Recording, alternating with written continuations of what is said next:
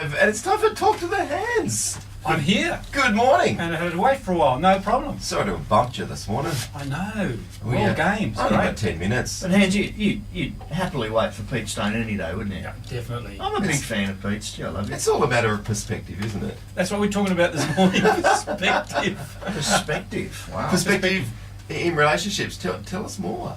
Well, there's two things. John Gottman came up with this, and one is a negative sentiment override, and the other one is positive sentiment override. Right, I'm glad you spoke that a little clearer a second time. A negative cinnamon override. And I was suddenly hungry. Joe's stomach started going. Oh, yeah, wow. Is that what he puts on his coffee, doesn't Yeah, he puts cinnamon on everything.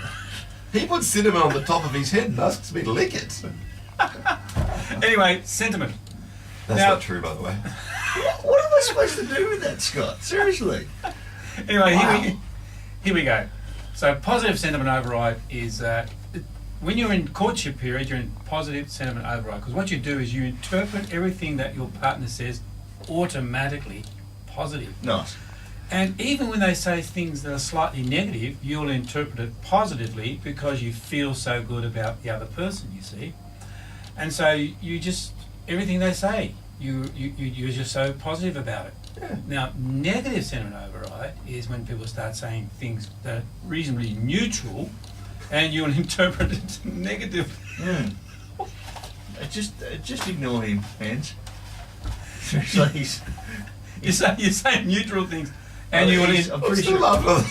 I'm pretty sure he's off his bed. So just ignore him right now, Hans. You say neutral things and you will interpret it negatively.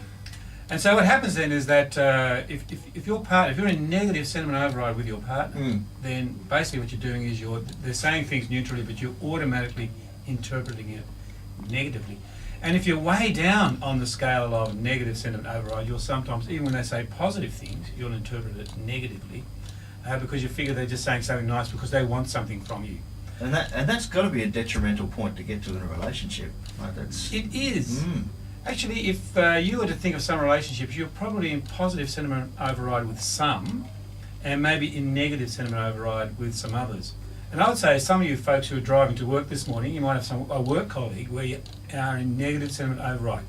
They'll say a neutral statement and you'll interpret it negatively because you either don't like them or you've had an experience of them which is negative, and so you're sort of, you'll interpret it that way. I guess the issue there too is you've got that negative sentiment override, so everything's negative, but it's kind of like a spiralling downward spiral, isn't it? Because then, of course, everything becomes more negative and more negative. That's exactly right. And if a couple is way down the list of negative sentiment override, in other words, you generally interpret most things that the other person's saying negatively, and even a positive, you really need at that point maybe consider some counselling because you're generally feeling negative towards that person. Mm. It also happens sometimes with parents and children, and also sometimes with parents and stepchildren. It's easy to get into a negative sentiment override because if you don't like the kid, you will interpret anything that they do or say in a negative way rather than a positive way. Whereas if you really love someone and you really care for them, you're really close to them, then even neutral statements you will automatically interpret in a positive way, and you'll express positive sentiments. And so you get into these states, actually, sorry. Yeah, no, Hans, I was just going to say, a good litmus test, I think, is when you say to your wife, "Oh, you look nice today," and her automatic response is, "Well, what was wrong with how I looked yesterday?" Perhaps there's a point there where your negative sentiment Or if you say to your wife, "Hey, you should call a friend and go out for a cup of coffee tonight," she goes, "Why, don't you want to spend time with me?" Yeah, that's not that bad on the scale, actually. Isn't it? Okay. No, it's not too bad. Woo! But what you'll find though is if you have positive feelings around a person, neutral statements automatically are interpreted positively. Yeah. If you're in that state in a relationship, you're actually in a good state because you genuinely then feel better about the person. Yeah. And so if you can move into positive sentiment override, which is not always easy, but the ideal state would be positive sentiment override.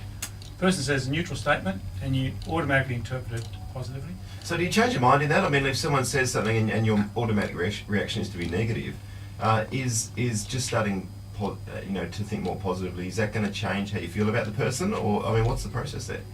Yeah. Or is counselling and maybe a bit of a circuit breaker or something? Yeah, that can be because there might be a good reason why you're negative sentiment override. What I'm saying is that if you're generally feeling positive about a person, If you're aware of the state that you're in with this person, sometimes you can actually measure it. I'm actually in a negative sentiment override with this person because I am interpreting neutral statements negatively. So it's where you interpret the neutral statements that's often the measure as to whether you're in positive or negative sentiment override. Yeah, fascinating. Thank you, Hans. Yeah, so I hope you guys can stay in positive sentiment override.